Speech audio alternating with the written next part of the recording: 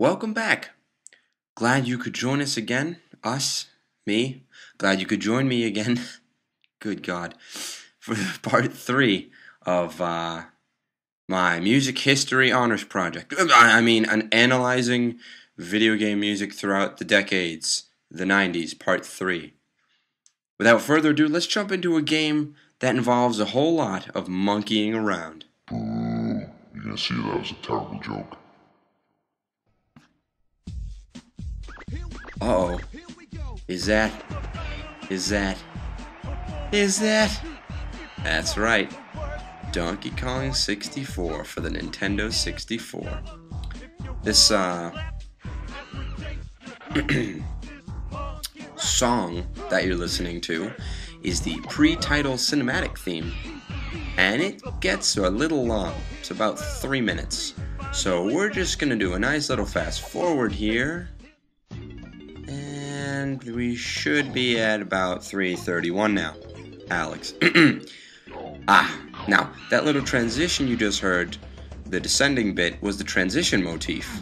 Go figure. Played between the menu to cutscene, cutscene to game, game to mission, etc., etc.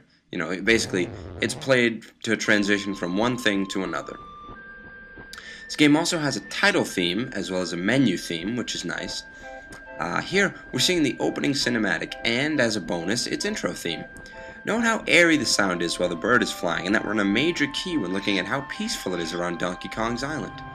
So that's pretty effective right there, relaying the theme that all is well on Donkey Kong's island. Here's a nice little heroic motif tossed in the cinematic to represent Donkey Kong, but we're suddenly in minor with chromaticism tossed in. You think this is a good guy coming up? You think there's a guy coming up who's going to be a good guy here? Of course not. He's the villain. And we can tell not only from the game's appearance, from the graphics, but from the music as well, especially the music. You hear that? So far, the game's music is very effective at conveying good and evil, as well as peaceful and hostile, etc., etc. Now, this cinematic is much longer than even the first song we heard, so sorry, villain dude. Time for a fast forward.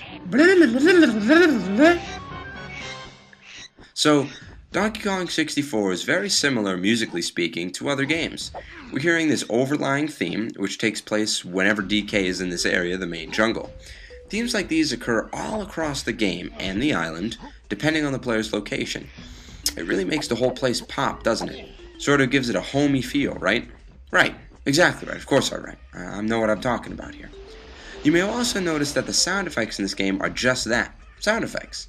They aren't musical, and they aren't meant to be.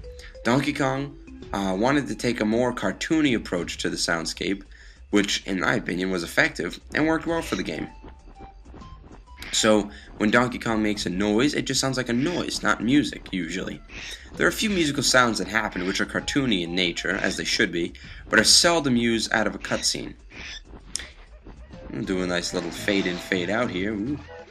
Here's another theme that's used to remind people of the tranquility of the ocean beach, which works, in my opinion. I know this is kind of random, but, there you go.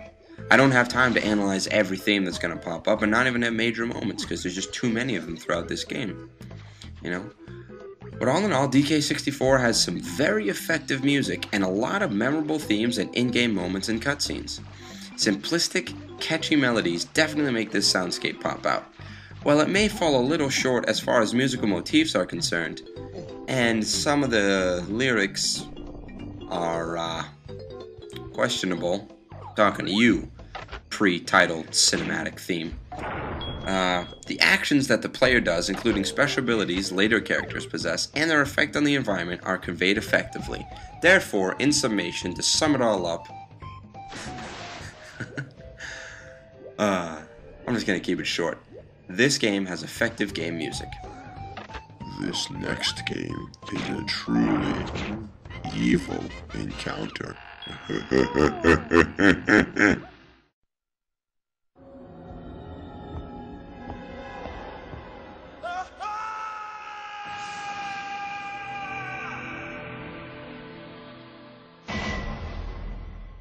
Creepy, huh? Yes. Resident Evil for the PlayStation 1 was and is an incredibly scary video game. Really, it was. I mean, listen to that. And it wasn't so much of one singular element like graphics or gameplay or music on its own, like this. Ugh. As much as a combination of things.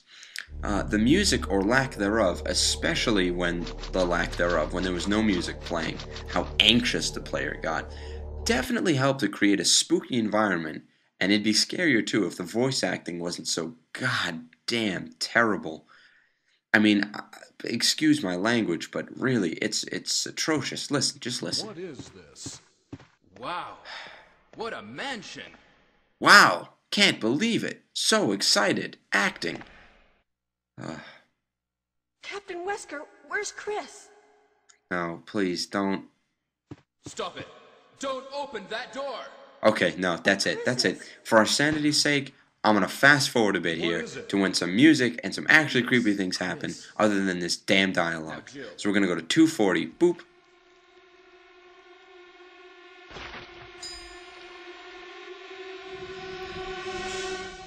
Now that moment there was a huge scare for many gamers, and it's all made worse by the horrifyingly dissonant, evil-sounding little musical segment that enveloped players' ears and made them scream, if your ears can scream. Afterwards, though, what happens? No music, it cuts out. It's just the anticipation, the anxiety of what's chasing them. The music doesn't come back on till a little later when Joe brings out the zombie to Barry, that there's a bit more music for the little conflict that happens. It's otherwise just that silence, that terrible knowledge that the player could be horribly eaten and killed at any time if they were to stop moving. So after our little conflict here, we're going to do a quick fast forward to 350, boop. We get a little more music, this time for longer, and in my opinion, it's a lot more creepy sounding. Though, I gotta say it's not as creepy sounding as the zombie theme. Now we're gonna go to 540, boop. I really don't care for the dialogue, and I don't think most others do either. Regardless, now we get to the really creepy music in this game. This theme, and others, that are subtle yet terrifying, haunted players throughout the entire game. Some motifs, like picking up an object, were present, but they were minor in the scope of things. We're going to go to 811 here. Boop. Wait, is that atonal, crazily arrhythmic music that someone like Webern or Bartok would have written? Why, yes, it is.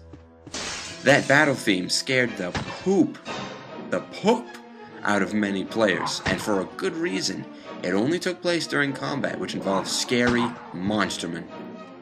This game was about pure, overlying, gripping fear, made worse by the anticipation that something could be lurking around any corner. And the music conveyed this perfectly, if not made it all the scarier. Overall, very effective game music. Unfortunately, in my opinion, the dialogue and voice acting really took its toll on the overall atmosphere of the piece, at least in my opinion. Regardless, on the music on its own, I would say that this is some of the creepiest game music that's ever been featured on this show so far, and definitely set the standard for what creepy game music should be. In this episode, we saw plenty of good games and listened to a lot of effective game music. That game music was effective because of its ability to convey moods, atmospheres, and actions that help to immerse the player in the gaming experience. The simplistic melodies, harmonies, and instrumentation choices absolutely made the levels and actions that the player was experiencing pop out a lot more. In my opinion, the 90s was an excellent decade for video game music.